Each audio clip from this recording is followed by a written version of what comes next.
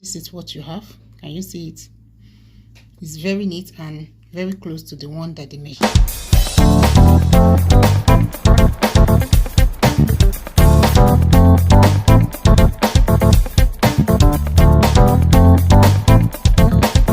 Sweet ladies, you're welcome back to my channel. My name is Yinka.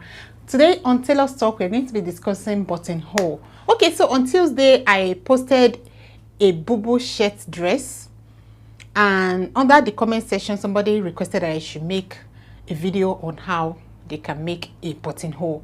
And I remember there was a time I also made a gypsy shirt dress. Somebody also requested that I should show them how to make buttonhole.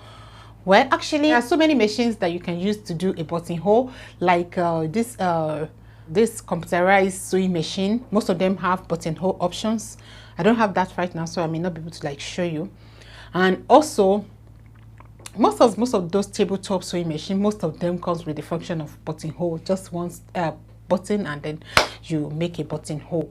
But so for buttonhole, there is a specific sewing machine that is meant for buttonhole. That all it does is just buttonhole and nothing more.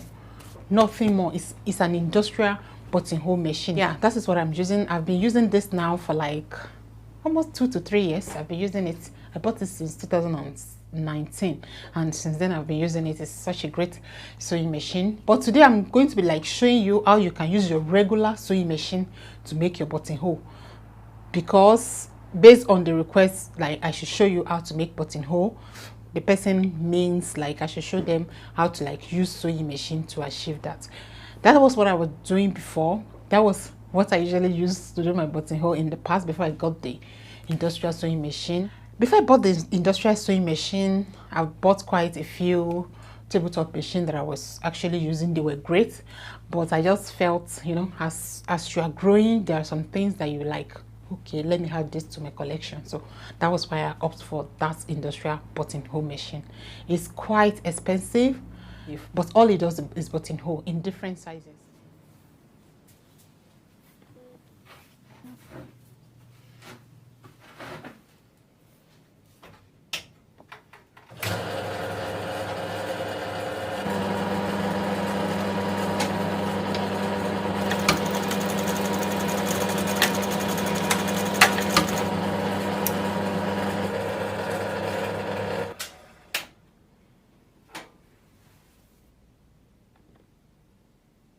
All the machine does is just buttonhole, nothing more. And I think it's the most expensive sewing machine. Like the most expensive out of them all is like 4 times the price of a normal sewing machine. Yes, it's like that. So at 20, I think I bought it 2019. So that's 2019 or 2018. As at that time, it was 520,000. That was how much I bought it right here in Abuja. So recently, I think it's more than that now. It should be like 6 something or thereabouts for the current price now. So it's just a great machine. I've been using it for industrial purpose, and yeah. So because somebody asked, so that's why I'm just going to like show you the way I used to do it in those days when I was still like using the normal sewing machine to do it. And yeah, I'm going to be showing you right now on the machine, showing you how you can use your regular sewing machine to do your buttonhole. Or if you're using a blackhead sewing machine, like a manual sewing machine, yeah, you can use it. This method I'm going to show you is just like a manual kind of thing, not an automatic kind of thing. You understand what I'm trying to say? So if you want to do a buttonhole, if you are using a very soft fabric, you can put your stay underneath. Like before you start, just place your stay underneath it like this.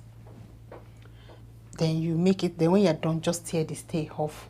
All right, but if you have done your button placket and you've attached stay inside, like you filled it before you start, you don't need to do that. You don't need to put stay, understand?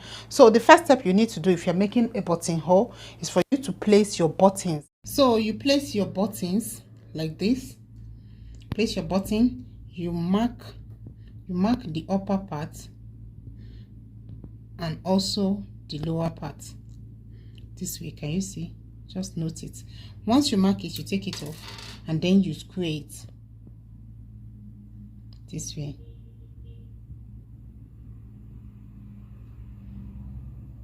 So once you have created that buttonhole space, the distance at the upper part is just like, I don't usually measure it, but you can measure it.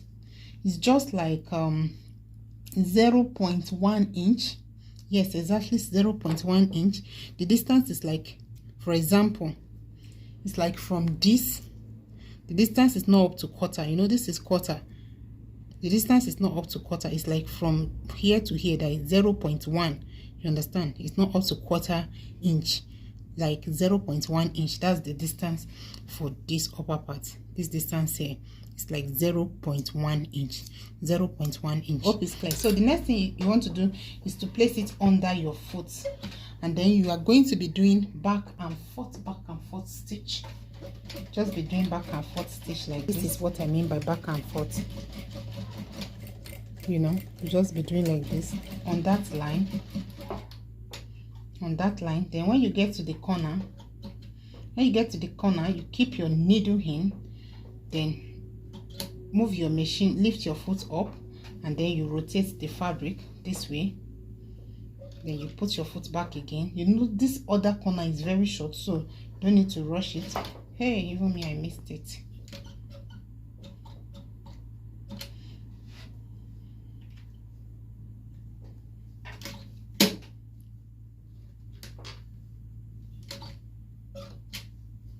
All right, so when you get to that corner, you don't need to rush or something.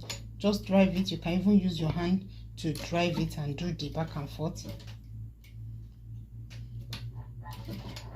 Can you see? Just be doing it gently. Don't need to rush it. So when you're satisfied with the number of times you've made your stitch, you keep the needle in, and then you rotate the you keep the needle in, you lift your foot up, and then you rotate your fabric this way. Then you put the foot down again, then you continue to make your back and forth stitch until you get back to the upper part of the upper part of it.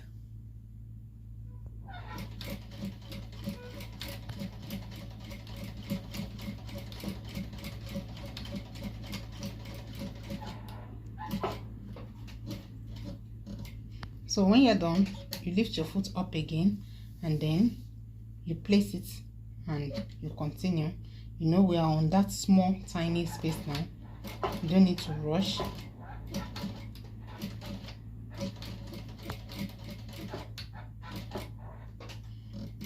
Like this. Then you rotate it.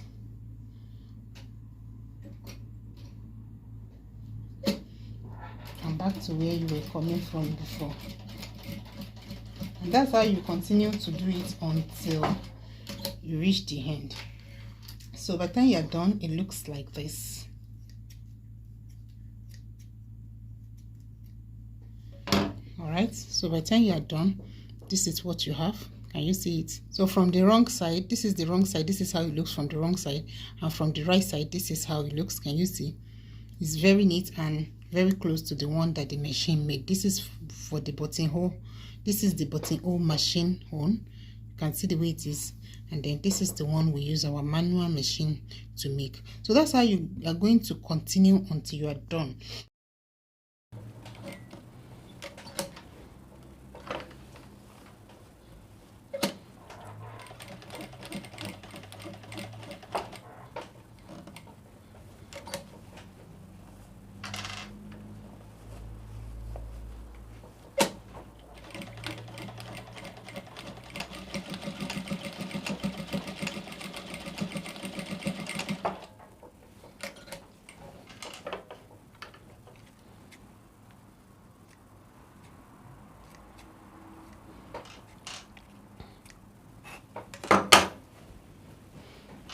All right, so these are the two that I use my regular machine to create. It's very close to the one. Put them beside each other. You can hardly tell. All right, this is the one I used the straight sewing to create, and this is the one that was made by industrial buttonhole machine. All right, so what you need to do next, you need your seam ripper. This is seam ripper. You need your seam ripper to open it. So just put your seam ripper, and from the wrong side, you can see how it looks from the wrong side. Just trim off your hanging thread. It's very clean and very neat and very easy to make. It is very easy to make. It is super easy. The next thing you want to do is just to cut it open using your seam ripper. Just insert your seam ripper and then you cut it open. Just cut it like this.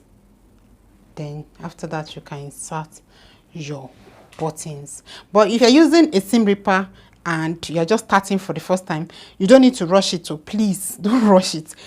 Instead of just opening it the way I have done here, you need to like insert a pin here, so that by the time you are opening it, you will not come and cut beyond what you're supposed to cut. So put pin underneath it and then put pins here this way.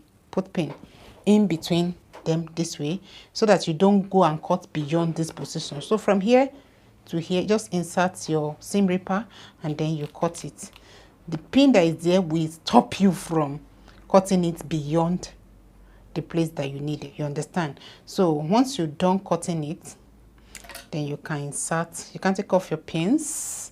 Once you're done cutting it, take off your pins and then you can push your button inside, and it will go through, because you use the size of the button to do that. Inside, you see, I'm done cutting it. So push your button. Since you use the size of your button to open it, it will be very easy for it to go through it. Can you see? Very easy. All right, so that's how to go about it. You cut it open. For the industrial buttonhole machine, it usually cuts itself open. There's a certain way it will cut it. As it's doing it, it's cutting it. Use your seam ripper. Your seam ripper is not only for loosening stitches, you can use it to open your buttonhole. And like I said, if you are just starting to do this, you need to put pin here and here so that you don't cut it beyond what you need. All right.